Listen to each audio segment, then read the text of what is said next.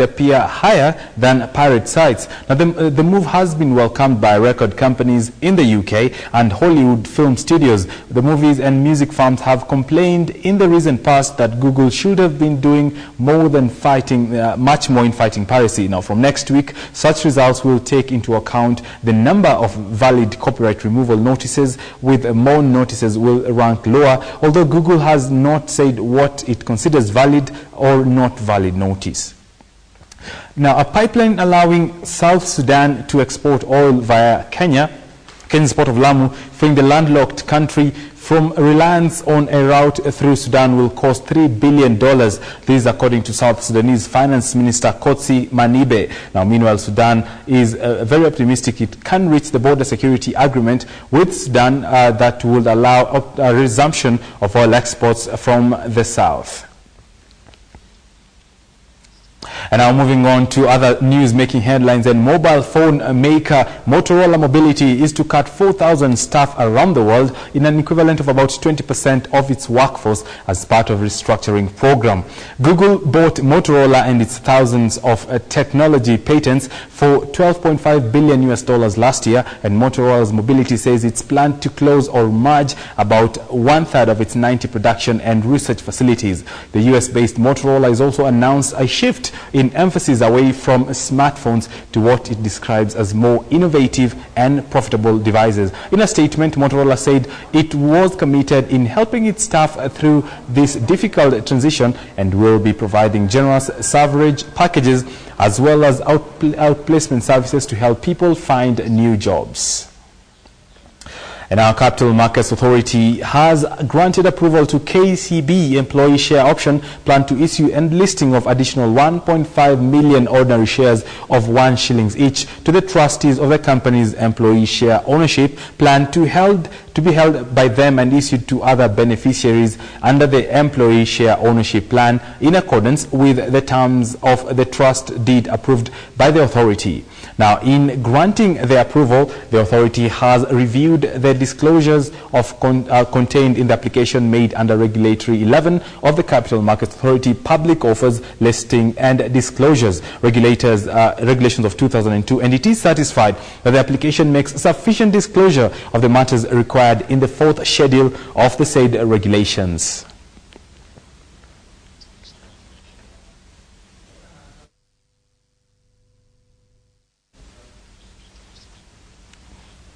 And now to a story we highlighted that has gotten a lot of feedback, and we decided to play it once again for you. Now, having been born to peasant farmers and had to milk and feed cows before going to school barefooted in his early years, Eric Kimani later realized that destiny in his future is in his hands and took control of it. Now, 45 years later, he finds himself at the top of the pyramid of entrepreneurs in the region, and to him scarcity is only but a state of mind, and that everything is possible if you put your mind to it. Now, our reporter Philip Keitani spent some time with Eric and files the following report.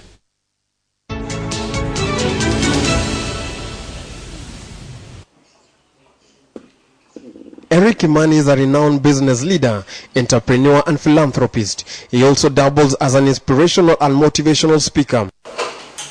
As an entrepreneur, Eric is the founder of Palm House Dairies Limited, a successful micro-dairy processing plant set up in 1996, KCA College, Githunguri Campus, a tertiary college joint venture with the reputable Kenya College of Accountancy, and also founder of Mokore Academy, a private primary school. He is also a director of several companies, both in the country and abroad. But just what drives Eric? In high school, of course, it's a time when you realize that the competition is very high. Life is not like home. Here you are competing. Remember, education is a pyramid. A pyramid in the sense that only a very few of those who started with you will make it to university. So you begin the challenges now of trying to work very hard to outsmart other people. And at the same time, you are growing. The challenges of a young man and young women are also very different and very many. You have other things pulling you aside and other things, peer pressure pushing you. Business success, like many people say, is more of persistence, is more of a determination, more than those things. Born in Githunguri, Eric attended Githunguri Primary School, then proceeded to Githriaini High School. In Form 3, it dawned on him that he was the driver of his destiny. This, he explained, called for hard work on his part and dedicated to books, which eventually paid off. Those days you chose your career, you chose your course of study before you left high school, and you couldn't change. And I wasn't confident enough, so I had chosen a BA, and yet I wanted to be a lawyer. So I went and I was admitted to the University of Nairobi in 79 to study BA. I tried to change to law, it was impossible. I tried to change to accountancy, it was impossible. And then other factors that came in. But while at the university, things did not turn up as expected. In a short period, they had been sent home thrice, as was the norm in those days. To him, this was too much and he opted out of his university education. Oh, those were the days when universities would go on strike for anything, including the quality of food, including the quality of how you're being treated. You know, those days you are provided with a 3-course meal. Not like these days when you have to pay. Those days were, and students were very spoiled. And I remember that the police would come chasing students everywhere. But I never took part in those things. But I met somebody who convinced me to leave university and go and do accountancy. And therefore, January 1980, I began my training as an accountant, doing the CPAs. Even after that, Kimani was not done and decided to pursue his childhood dreams of being a lawyer and enroll with the University of London as a mature student. 1989, I rekindled my dream of becoming a lawyer. I wanted to be a lawyer very badly. And I love law. Even today, I still think when I grow up, I might study a bit more law. When you grow up? When I grow up, I might study a little more law. Okay. Although he got into employment rising in the ranks of listed and non-listed companies in the country, he ventured into dairy farming as a side hustle. This was managed by his wife. As he says, they continued hawking raw milk in Nairobi until they set a micro-processing plant. In 1986, I bought 1 cow, and I wanted to become a farmer. But woe unto me, the cow refused to conceive. I tried a bull, I tried the AI, nothing would work. So I sold it for meat. But in 1987, I bought 2 cows in Kericho, in a place called Kedoa. In fact, one cow was called Changoi, the other one was called Kedoa, because I bought them in that region. And there started a hobby of farming 2 cows that sold me, by 1993, we were rated among the best 5 zero-grazing farmers in Kiambu. Today, some of his clients include Nairobi Hospital, Muthaiga Golf Club, and the Fairmount Norfolk Hotel, among others. But what really drove him to start a dairy business, I asked. In 1993, there was no milk in the country. In 1993, 94, 95, there was only one processor, KCC. And the country was in trouble. And I could see an opportunity that here is a monopoly. It's disintegrating. And why not? Why can't we start processing a little milk? Kimani and his wife also ran a school, Mokore Academy, that according to him was never meant to be. At one time, a friend of mine, a very good friend of mine, came to me and said that you have this building where we used to trade in cement. It is empty. Why don't you rent it to us? There are some teachers, 3 teachers who want to do a nursery school. Why don't you rent to them? Instead of my children walking all the way to Githunguri, you can open a nursery school here. Eric is the founder trustee Palm House Foundation, an educational trust whose mission is to finance the secondary education of needy and deserving students and mentor them through life, and has currently seen more than 233 students through high school. Apart from Palm House, Eric engages in motivational speaking. Eric holds his family as the rock of his success, and he says nothing will ever be more important than his family. My wife is my greatest business partner. We run all our businesses together. We do stuff together, and we have a very good working relationship. I have 3 daughters. One got married in January and lives in Australia with a husband. They're both Kenyan, but they live in Australia right now. I have 2 others. One is here, the other one is in school, finishing university. And yeah, families for me is number one. For Money and Power, I'm Philip Keita. And you can book a date with KTN every Sunday for Money and Power edition. Now moving on, time to look at how your money is doing at the Nairobi Securities Exchange. And as always, here we like to start with things positive. Now with a look at the day's top gainers, Total Kenya is up 6.77%. It is going for 17 shillings and 35 cents. While Kaba Seed Investments is up 5%, going for 126 shillings. Standard Chartered Bank on winning ways now up 3.14%. It is going for 197 shillings. As Kapchorwa Tea is up 2.96%, and it is going for 139 shillings. Everett East Africa still on winning ways, but with a lower margin. However, the price has improved. It is up 2.63%, but the price is now valued at $1.95. Still, we're watching to see if it finally crosses to the 2 shilling mark. Look, let's take a look at the day's top losers now. In Safaricom is down 2.56%. It is going for 3 shillings and 80 cents. As TPS Serena, TPS East Africa is up, down rather 2.44%. It is going for 40 shillings. As Trans Century down 2.04%. You can buy it at 24 shillings. Now, Olympia Capital Holdings is also down 1.35%, going for 3 shillings and 65 cents. As Samir East Africa down marginally at 1.28%, you can buy it at 3 shillings and 85 cents. Let's take a quick look at the All Share Index that is now currently standing at 83.86. As the All Share Index continuing bullish in the 3,800 region, it is now doing 3,831.01. The FTSE 15 Index, that's the Financial Times Kenyan 15 Index, is valued at 110.53, as the FTSE 25 Index is now valued at 113.11.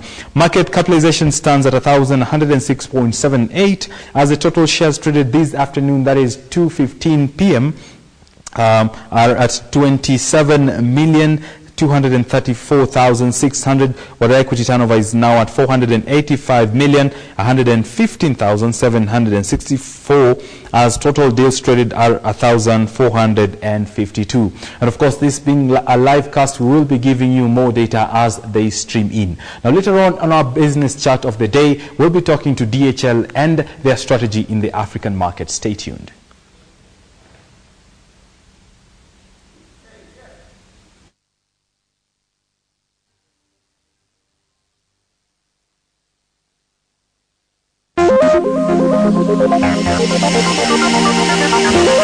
We are part of AMREF, a humanitarian health organization that was founded here in Kenya in 1957. While AMREF is involved in many healthcare projects, AMREF Flying Doctors provides air ambulance services in the region and beyond. AMREF Flying Doctors is about speed. From the moment we receive the call to we hand the patient over to destination medical facility, it's a sequence of well-coordinated events involving highly trained medical staff and aircrew. We carry state-of-the-art medical equipment. All our aircrafts are sufficiently equipped to provide the same high level of care that a patient will experience in a hospital ICU. We work with compassion and care for our patients. Maisha is the new air ambulance scheme from AMREF Flying Doctors. Maisha offers different levels of annual cover for individuals, families, small groups, and corporates. With Maisha, air ambulance services will now be affordable to a wide clientele.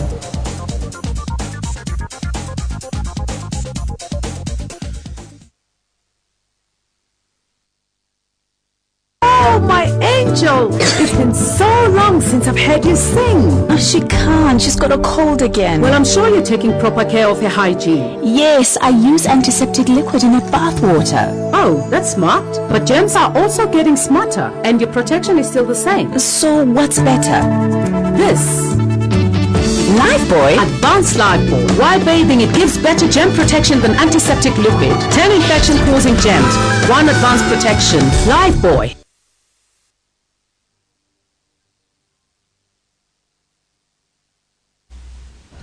And welcome back. This is your home of business, KTN Financial Markets Live. My name is Boni Tunya. It's time for our afternoon business chat, and today we're talking about the logistics business. And in studio I'm joined by Alan Castles, who's the Managing Director at DHL Express.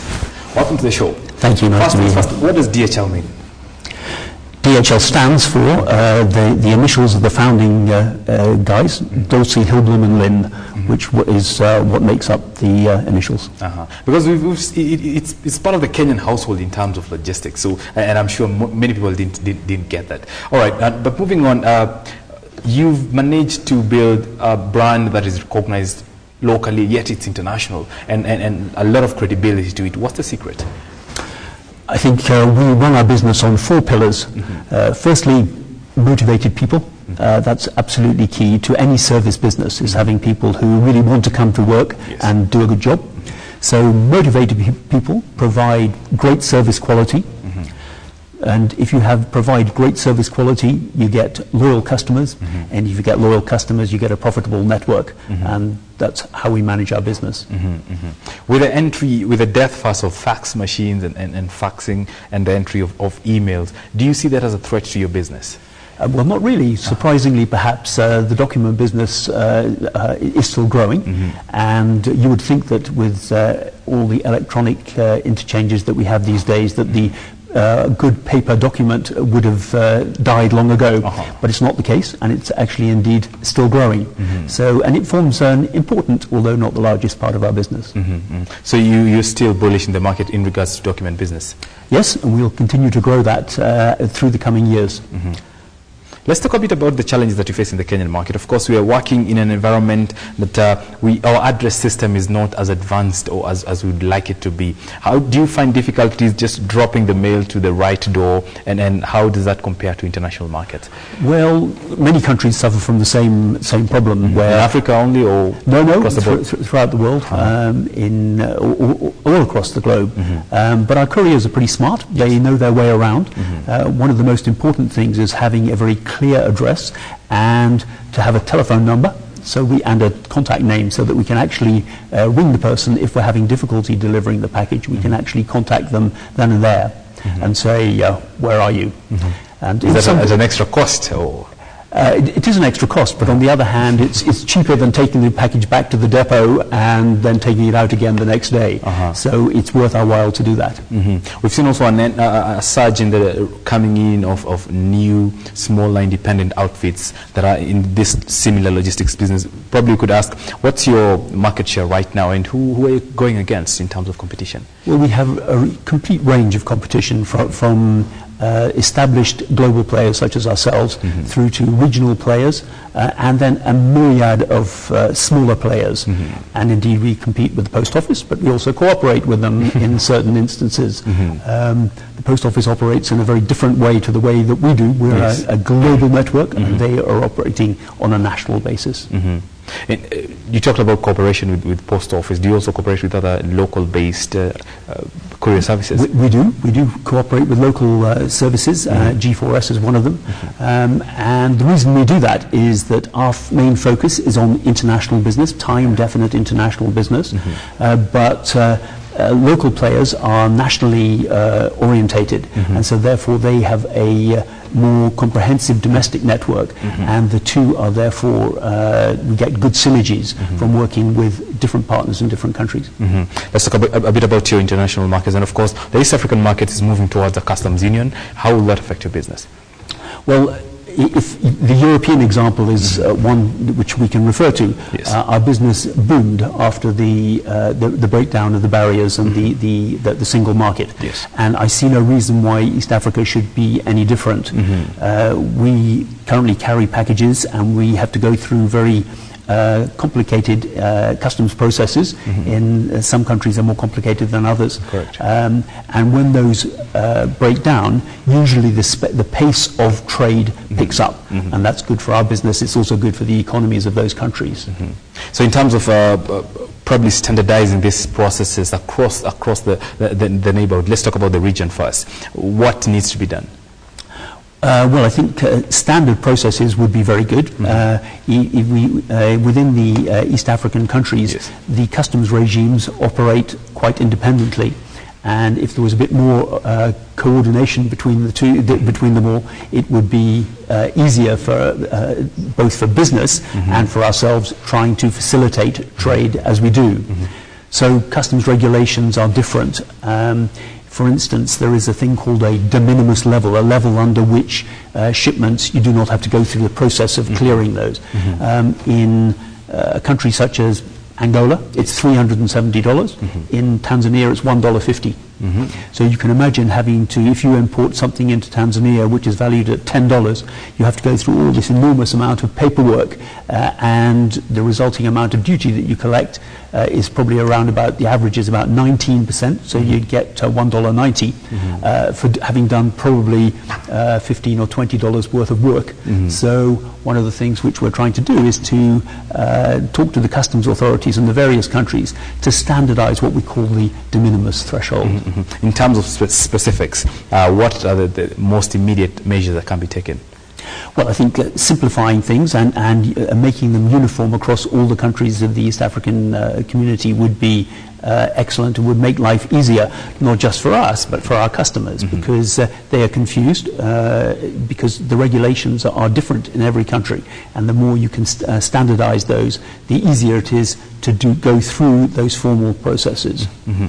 Of course, you've worked in Angola before, just been in Kenya for 3 months. How does the Kenyan market compare to, say, the rest of Africa in terms of logistics business? Well, they're quite similar in many ways. Obviously, it depends a little bit on the industries that that exist. For instance, in Angola, 90% of the exports come from oil and gas. And I guess Kenya is going to head a little bit that way, but I don't think it to that extent. So the commodities produced in each country obviously affect what is shipped in and out. So if you've got an oil business, you've got lots of spare parts and lots of drill bits and all the paraphernalia that goes with drilling for oil and gas. Whereas if your economy is based on textiles, you have lots of samples coming in and out, and then there's a part of the business which is not ours. Exporting flowers is not the express business. There's people are very good at that, and they specialize in that. That's not our business. And of course, earlier on we talked about the rise of internet business, and of course more and more Kenyans are trading online, which would of course necessitate the need to have these goods that they're buying shipped to the countries. First, what has been the uptake in terms of this kind of area of business? Well, here in East Africa, it's relatively small so far. In the more developed markets, it's up to 20% of our business now. And it comes with its challenges, because many people who order something online, they actually they put their home address. But of course, when you try to deliver the package, they're not actually at home. So one of the challenges for anybody selling things on the internet is to make sure that the address that you put is one where you're actually going to be when somebody's trying to make the delivery. And there are ways you can work around this. If you want it delivered at home, for instance, we can deliver it out of hours, and you have to have different solutions for different situations. But it's a market which is absolutely going to grow, and we need to work out our own way in each market of how we're going to be able to deliver those packages. And of course, you've just joined DHL Kenya less than 3 months ago. Where are you taking DHL? And of course, it is not a listed company, but then you're not obliged to disclose your figures. But then how do you stand, and what's your next stop? Well, our business is continuing to grow. We would like to grow it faster than we're growing it at the moment. But our business is made up of the traditional document business, but then the parcel business, and indeed we provide solutions. People come to us with logistical problems, and we provide different solutions for different people. So, for instance, we still pick up and deliver documents, and that's one part of our business. But other people come to us with quite complicated and complex logistical problems, and they want to have something done in one country and maybe something done slightly differently in another country. So in terms of annual revenue, what are you talking about? Well, I'm not going to disclose the actual figures, but our worldwide figures are on the website, and it runs into about 11 billion euros is DHL Express's revenue worldwide. Here in Kenya, it's going nicely, but we would like to see it going even better. Final word, security. What security do you guarantee users? People have complained they ship stuff and it gets here and it's been opened or tampered with. What's your guarantee? We take security extremely seriously, and unless you're a known shipper, a person who regularly ships with us, we would ask you when you deliver the package to DHL to make sure that the package is open, so that we can actually physically inspect it. And we have x-rays, we have sniffer dogs, and so on. So if anybody's thinking of shipping something illicit through our system, I would suggest that they don't, because it'll be found. And indeed, we cooperate very much with the authorities, because it's in our own interests, as well as in the public interest, to make sure that illicit goods are not sent through our system. Well, many thanks for dropping by, and good luck as you take over DHL Kenya. Well, we've been speaking to Alan Castles, who's the managing director, the new managing director at DHL Kenya, and he's been talking about the logistics business in the African market and the survival strategy. Well, this is KTN Financial Markets Live on the day that Total Kenya was the day's biggest gainer, up 6.77% for a share price of 17 shillings and 35 cents, as Kabaseed Investments, Standard Bank, Kapchorwa and Eveready followed closely, up 5%, 3.14%, 2.96% and 2.63% respectively. And of course, do book a date with me later on in the evening for a concise look at other business news making headlines both locally and internationally on KTN Business Today. My name is Boni Tunya. Do have a lovely afternoon.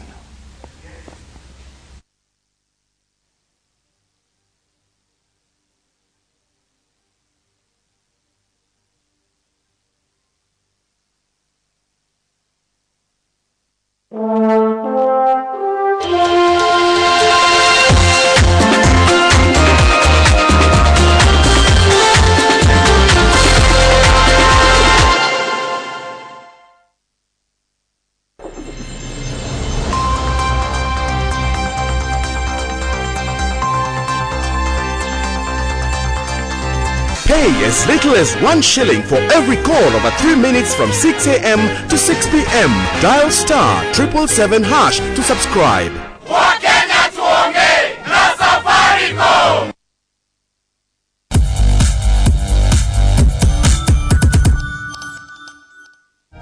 Many people underestimate the skill and strength required for the two synchronized swimming events of duet and team. Each event includes a technical routine and a free routine. In the technical, the swimmers must perform a series of required elements in a set order and a time limit. There's the travelling ballet leg, a boost with both arms lifted, a rocket split, and the travelling egg beater. 10 judges score from 1 to 10 for technical merit and artistic impression.